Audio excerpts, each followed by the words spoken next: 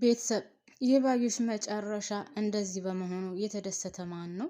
በዛ ላይ ደግሞ በወይዘሮ ሜላት እጅ ሳይሆን እስከ ዛሬ ስትቀልበውና ገንዘብ ከፍላ ስታሰራው በነበረው መሆኑ በጣም ነው የሚገርመው። ህይወት እንደዚህ ናት። ያመናችሁትና የኔ ነው ያላችሁት ሰው በቀላሉ እንደዚህ ይከዳችኋል። ገንዘብ የማይቀይረው ነገር የለም። ባዩሽ ይህ እስከ ዛሬ ድረስ ስቀጥረው የነበረውና ዛሬም ድረስ አብሯት ሲከተላት የነበረው ሰው ይገለኛል ብላ አንድም ቀን አስበው አታውቅም ነበር። በዛ ላይ ደግሞ ባዩሽ ሜላት እንጂ ያ ቃልአብ የሚባለው ሰውዬ አንድም ቀን ያስገድለኛል ብላ አስበው አታውቅም። አስባችሁታል ቤተሰብ? የኔ ያላችሁት ቅርቤ ነው የራሴ ነው የምትሉት ሰው ባሳቻ እንደዚህ ህይወታቸውን ያጠፋዋል። ገንዘብ አይደል? እሱ ደግሞ ለገንዘብ ነው የሚሰራው። ለጽድቅ አልሰራም ለገንዘብ እንጂ ብሎታል ቃልአብን። ቃልአብ እንደዚህ በቀላሉ ወይዘሮ ባዩሽን አስወግዷታል። ወይዘሮ ባዩሽ ሜላት ናት ወይ የላከች ብላ ስትለው ሜላት በጣም ጠንካራና ጎበዝ ሴት ናት። አንቺን መግደል ካሰበች ፊት ለፊት ትገልሻለች። ከኋላሽ ምንም አታደርገኝም። የላከኝ አቶ ቃልአብ ነው። ምን ታደርገዋለሽ? እኔ የምሰራው ለገንዘብ ነው ሲልም ብሏታል።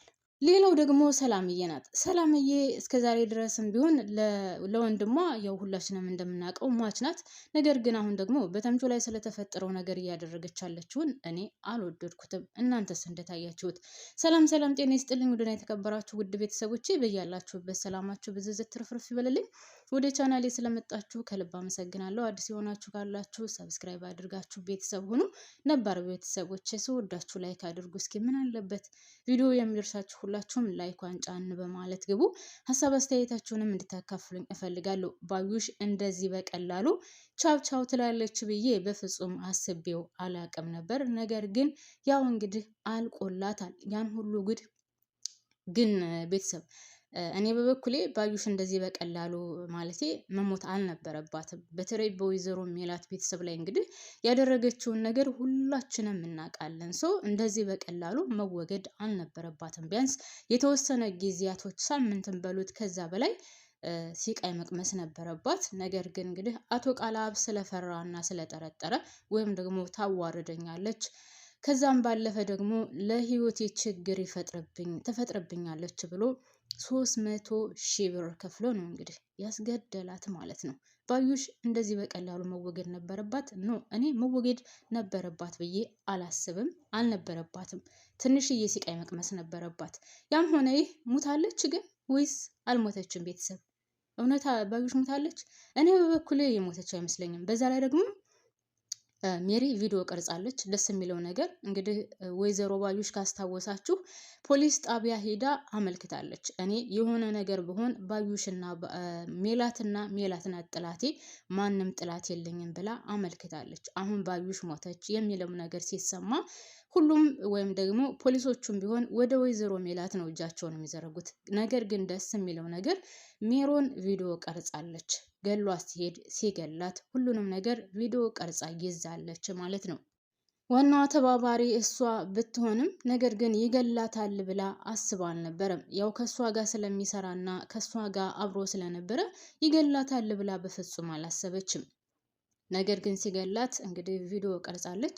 የወይዘሮ ሜላት ነፃ አውጪ ሜሮን ናት የምትሆነው ማለት ነው። ያው አሁን ባዩሽ ስትሞት ወይም ባዩሽ ሞተች የሚባለውን ነገር ሲሰማ ቀጥታ ወደ ወይዘሮ ሜላት ቤት ነው የሚያመሩ ፖሊሶቹ።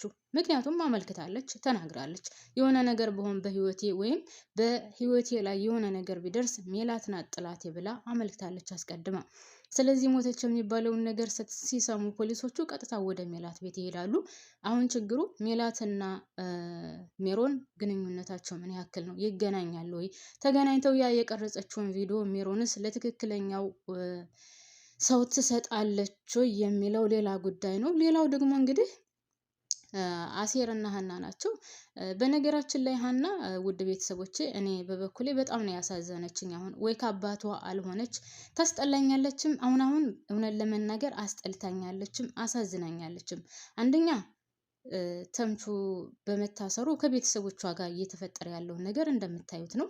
ሰላምን ብትሆን ጥሩ ፊት እየሰጠቻት አይደለም። ከምናሴም ጋር ያላት ግንኙነት እንግዲህ በጣም የምትወደውና የምትወደው ወንድሟ ነው። ነገር ግን ከሱ ጋር ያላትም ግንኙነት እያያችሁት ነው። እንግዲህ ሀና ከእናንተም በላይ አሴርንና ተምቹን ነው እናንተን ከማውቄ እናንተን ከማግኘቴ በፊት አሴርንና ተምቹን ነው የማውቃቸው። እነሱ ስቸገር ተቸግረው ሲርበኝ ተርበው ሳለቅስ አብረውኝ አልቅሰው ያሳለፉ ናቸው። ስለዚህ እነሱን አስበልጣለሁ ብላችኋለች። ሰላም ግን እያደረገች ያለችው ነገር ውድ ቤተሰቦቼ እኔ በበኩሌ አልወደድኩትም። እንደዛ ታደርጋለች ብዬም አስቤ አላቅም ነበር። ምክንያቱም ኦኬ ለወንድሟ ሟች ናት፣ ወንድሟን ትወዳለች። ነገር ግን በዚህ ደረጃ ደግሞ የሰውን ሰው እንደዚህ ማድረግ ተገቢ ነው ብዬ አላስብም። አሴርን ራሱ እንደዛ ገፍታ ወርውራው እናንተ ሌባ አይደላችሁ ወይ? መታሰር ለእናንተ መታሰር ምን ማለት ነው? ቀላል እኮ ነው። ለምንድን ነው እንደዚህ የምትሆነው ስትል ነው እንግዲህ ከወንድሜ አይበልጥብኝም እናንተ የራሳችሁ ጉዳይ ስትለው የነበረው ማለት ነው አሴርን። አሴር ደግሞ እንግዲህ ሀና እየሮጠች ሀና ስትደውልለት አላነሳም ነበር። ቀጥ ብላ ወደ ቤት ነበር ሄደችው። እዛ አገኘዋለሁ ብላ አስባ ስለነበረ እንግዲህ እዛ ስትሄድ አግኝተዋለች። ስታገኘው እንግዲህ ተምቹ እንደታሰረ ስትነግረው ወይም ደግሞ ምናሴ እንዳሳሰረው ስትነግረው ያው የአንቺ ቤተሰቦች ናቸው አይደለ በጣም አዝናለሁ ብሎ እንግዲህ ገፍትሯት ነው የወጣው። እሱ ብቻ አይደለም በነገራችን ላይ አቶ ኖላዊና ሀንቹም ተጣልተዋል ማለት ይቻላል። አቶ ኖላዊ እስከዛሬ ድረስ በሆዱ ደብቆ ይዞት የነበረውንም ፍርጥ አድርጎ ነግሯታል ማለት ነው። እንኳን አይደለም ለአሴርና ለተምቹ ለኔም ቢሆን ተቀይረሻል ቤተሰቦችሽን ካገኘሽ በኋላ ብሏታል። ልክ ነው አቶ ኖላዊ ምንም ስህተት የለበትም። አዎ ሀና ቤተሰቦቿን ካገኘች በኋላ በጣም ተቀይራለች። እንዴ አቶ ኖላዊ ምንድነው ስትለው የነበረው በፊት? በፍጹም አንተን በምንም አልተካህም፣ እነሱን ባገኝም ከነሱ ቤት ሂጄ አልቀመጥም፣ እኔ አንተን ትቼ በፍጹም መኖር አልችልም ስትለው ነበር። አሁን ግን ሁሉም ህይወቷ እሱ ላይ ሆኗል ማለት የቤተሰቦቿ ጋር ሆኗል። አንዳንድ ጊዜ እየመጣች ምግብ ብትሰራለት እንጂ ሌላውን ነገር ምንም እያደረገች አይደለም። በዛ ላይ ምግቡም ራሱ አሁን አቁማለች፣ እየሰራችለት አይደለም። ራሱ አቶ ኖላዊ እየሰራ ነው ያለው ማለት ነው ውድ ቤተሰቦች። ስለዚህ ሀና እውነትም ቤተሰቦቿን ካገኘች በኋላ ተቀይራለች። ነገር ግን አንዳንድ ጊዜ የመጣንበትን ስንረሳ ደግሞ የመጣንበትን ረስተን ወደፊት ያለውን ብቻ ስናይ ወደኋላ ያለው ጎትቶ ሜዳ ላይ ይጥለናል ማለት ነው። አሁን አቶ ኖላዊ እንደዛ ማሰቡ ወይም ደግሞ ስለ ሀና ያው ስላልወለድኳት ነው ልጅ ብትሆን ኑሮ እንደዚህ አትተውኝም ነበር ብሎ በውስጡ ማስቀመጡ ለሷ ጥሩ አይደለም። አሁን ምንም ብታደርግ ምንም ብትፈጽም ከአቶ ኖላዊ ልብ ውስጥ እንደ በፊቱ ትኖራለች ብዬ አላስብም። ምክንያቱም ሁሉ ነገሯን ትታ ሁሉንም ነገር ትታ ወዴት ሆኗል ትኩረቷ? ወደ ቤተሰቦቿና ወደ ትምህርቷ ሆኗል ትኩረቷ። ስለዚህ ሰላምን ብትሆን አሁን ከአቶ ኖላዊ እየመጣች ብታደር ወይም ደግሞ መታ ምግብ ሰርታ ምናምን ቆይታ ስትሄድ ያን ያክል ደስተኛ አይደለችም። እኛን ትተሽ እዛ እየሄድሽ ነው፣ በተለይ እኔ ያንቺ አይሆንልኝም፣ ስለዚህ ለምንድን ነው የምትሄጂው እያለቻት ነው። ነገር ግን እንደዛ ብትላትም አቶ ኖላዊን ትታ በፍጹም መሄድ አልነበረባትም። አቶ ኖላዊም አሁን ተናዶባታል፣ ተበሳጭቶባታል። እንኳን አይደለም አሴርንና ተምቹን እኔንም ትተሽኛል ቤተሰቦችሽን ካገኘሽ በኋላ ብሏታል። መጨረሻ ላይ እንደዚህ መቀያየም ወይም ደግሞ በእነሱ ልብ ውስጥ እንደዚህ አይነት ነገር እንዲቀመጥ ማድረግ አልነበረባትም። ሀና በጣም ነው የተቀየረችው። ማልቀሷ ግን ምን ዋጋ አለው? እውነቱ ነው አባዬ፣ እውነት እንደዚህ ያለኝ እውነቱን ነው እያለች ነበር። አዎ እውነቱን ነው። እንዴት እውነቱን አይሆንም? ስንት ዋጋ ከፍሎ ያሳደገ አባት፣ ስንት መከራውን አይቶ ያሳደገ አባት እንደዚህ በቀላሉ ማለቴ ስትተወው እና እንደዚህ በቀላሉ ሁሉንም ነገር እርግፍ አድርጋ ከቤተሰቦቿ ስትሆን እንኳን አይደለም ይሄንና ሌላ ነገር ባያስብ ነበረ የሚገርመው አቶ ኖላዊ። አቶ ኖላዊ ሁላችንም እንደምናውቀው ለሀና ሲል ያልከፈለው መስዋዕትነት የለም፣ ያላደረገው ነገር የለም። በዛ ላይ ደግሞ ሁሉንም በአንድ አይን የሚያይ ነው።